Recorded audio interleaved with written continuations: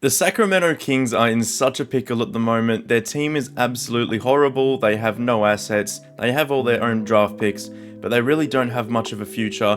Hey guys, I'm Angle on Sports. I'm going to be starting to talk about what the Sacramento Kings can do in their near future to get their team back on track. With the current state of their roster and the genuine lack of assets, the Sacramento Kings are genuinely staring down another 18-year playoff drought. And we do not want that. The fans don't want that. The league doesn't want that, and Sacramento, for sure, does not want that. At the time I'm recording this, probably the day it drops as well, the Sacramento Kings are currently sitting at 13-46. They also have the 28th worst defensive rating, 28th worst offensive rating, and the dead last in net rating. That's horrendous, especially with no assets, no new, young players, nothing. So what can Sacramento really do? The obvious answer is fire their head coach. I think Doug Christie, albeit he's in a very tough spot. I don't think they should get rid of him, but the real answer is go to the draft, because no one wants to sign with Sacramento, especially in their current state. Going through the draft is going to be such a crucial part of the future of Sacramento. Their scouting team will have to be absolutely incredible over the next 3 or 4 years to really get this team back on track. I've had a look. Obviously there's some big names, especially in this coming draft, but I've gone deeper into next year just to see who really they can pick up. Now, going back to the fact that they have the worst record in the entire league, that realistically means, especially for this season, that they will guaranteed end up with a top 5 pick, assuming that their lottery odds don't move. That's changing as of next year, with Adam Silver's brand new anti-tanking rules. I don't think it's going to change much. I don't think it's going to fix much, but it does mean that the year afterwards, they are going to fall out of the lottery. So if they have the worst record in the league again, they end up getting the 5th pick.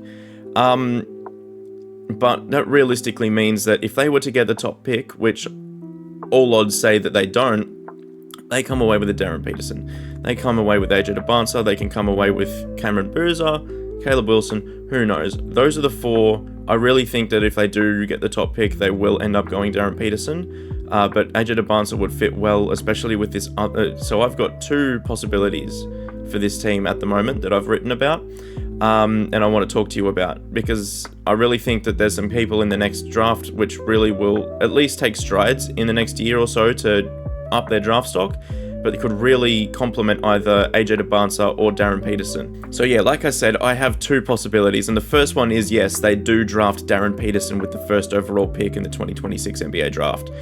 He is obviously, we all know who Darren Peterson is. He's a point guard, shooting guard. He's from Kansas, and he's an absolute killer. What I want to talk about is what happens afterwards. I want to talk about the wings in the 2027 NBA draft, because some of them are great talents. The first person I want to talk about is Tyron Stokes. He's a 6'7" small forward out of Rainier Beach. Stokes is described as a very young player with great offensive versatility, especially with his explosiveness and his downhill force. He's also extremely defensive, where he averaged just under 2 steals and over 1 block at the FIBA Under-17s World Cup for Team USA. Stokes, at this rate, only really has to develop a long-range shot, especially the 3-point shot, but he does draw comparisons to Caron Butler per NBADraft.net. The next person I want to talk about is Caleb Holt. He's a 6'5" shooting guard out of Prolific Prep. He has a great jump shot, but he's also great defensively around the rim and at mid-range. He really does sound like a great athlete, and he does draw comparisons to those of Drew Holiday and Karis LeVert. Having a backcourt of both Darren Peterson and Caleb Holt could be absolutely deadly for the league in about 2030. I love talking about 2030 because it's so far in the future, but these 2 are great athletes. They're great. They would be a great backcourt together, and they could really set the standard for what Sacramento Kings basketball could be. The next thing I want to talk about is my second possibility, where they don't actually get the first overall pick, or they just decide to go with AJ DeBansa or Cam Boozer. Both, in their own ways, are incredible and prolific scorers.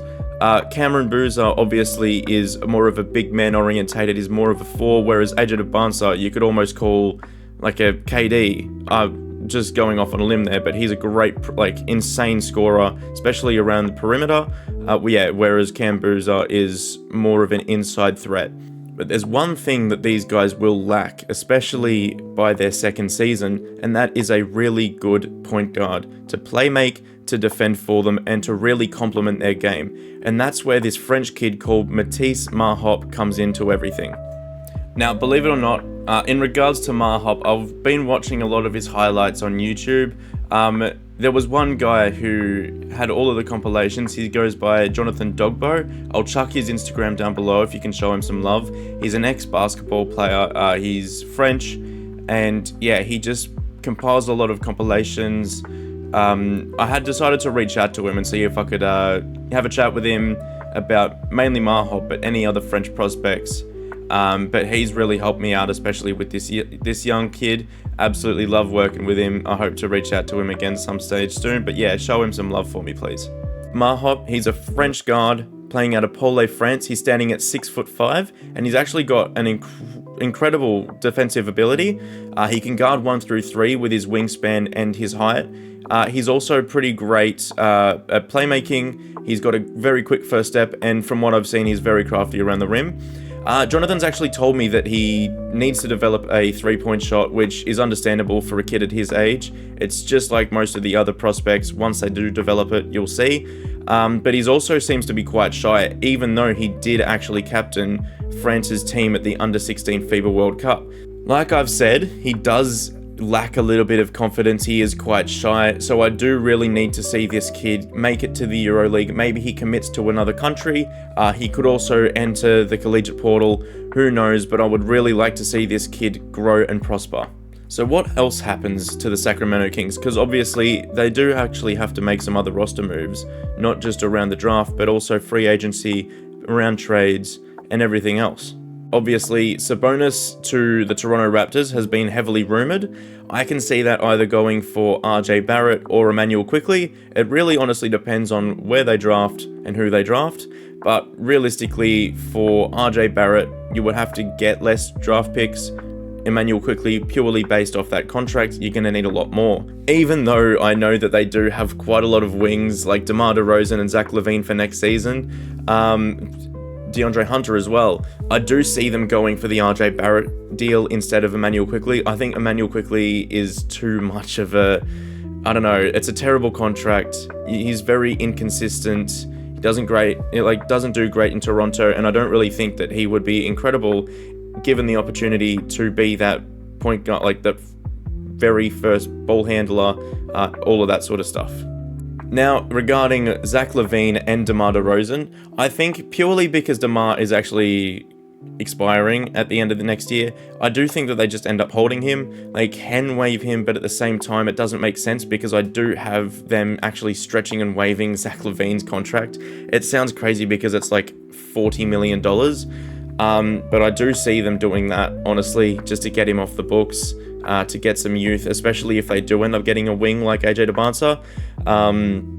He's a great scorer, but I think they just end up giving him the way out. He can go wherever the goddamn he wants, and really giving opportunity to their younger players and just, shipping him off, saying goodbye.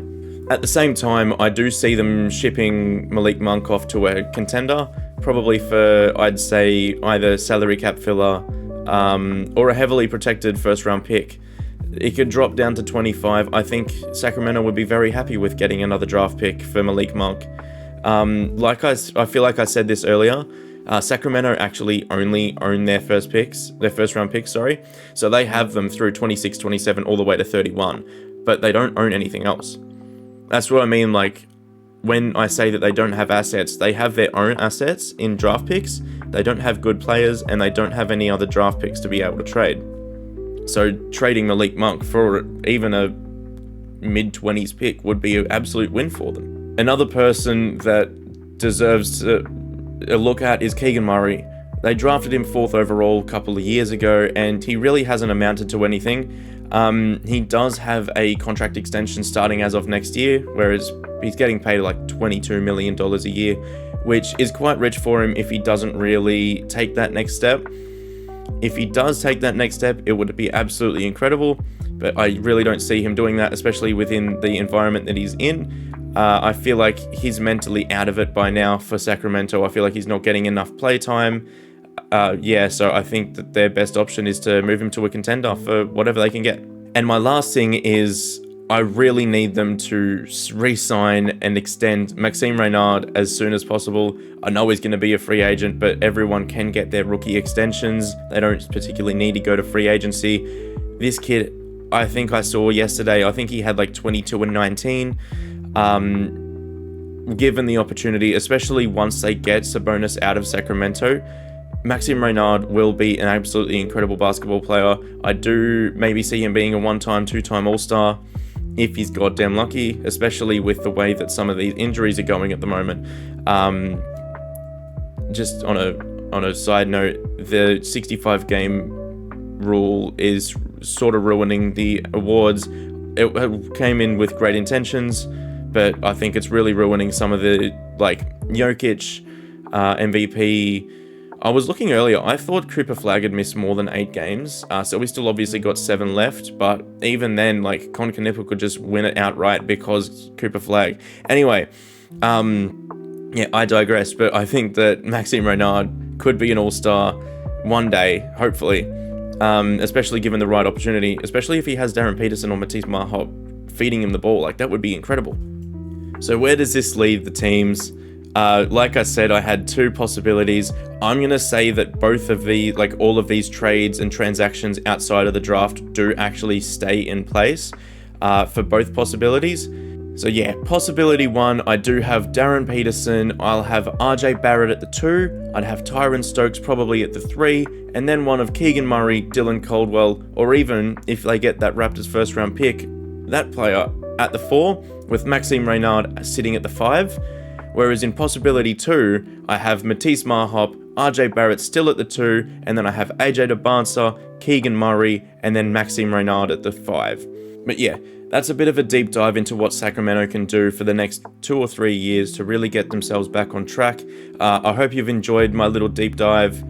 Please like, subscribe, and comment if you believe that something should change. Do they not give up Keegan Murray?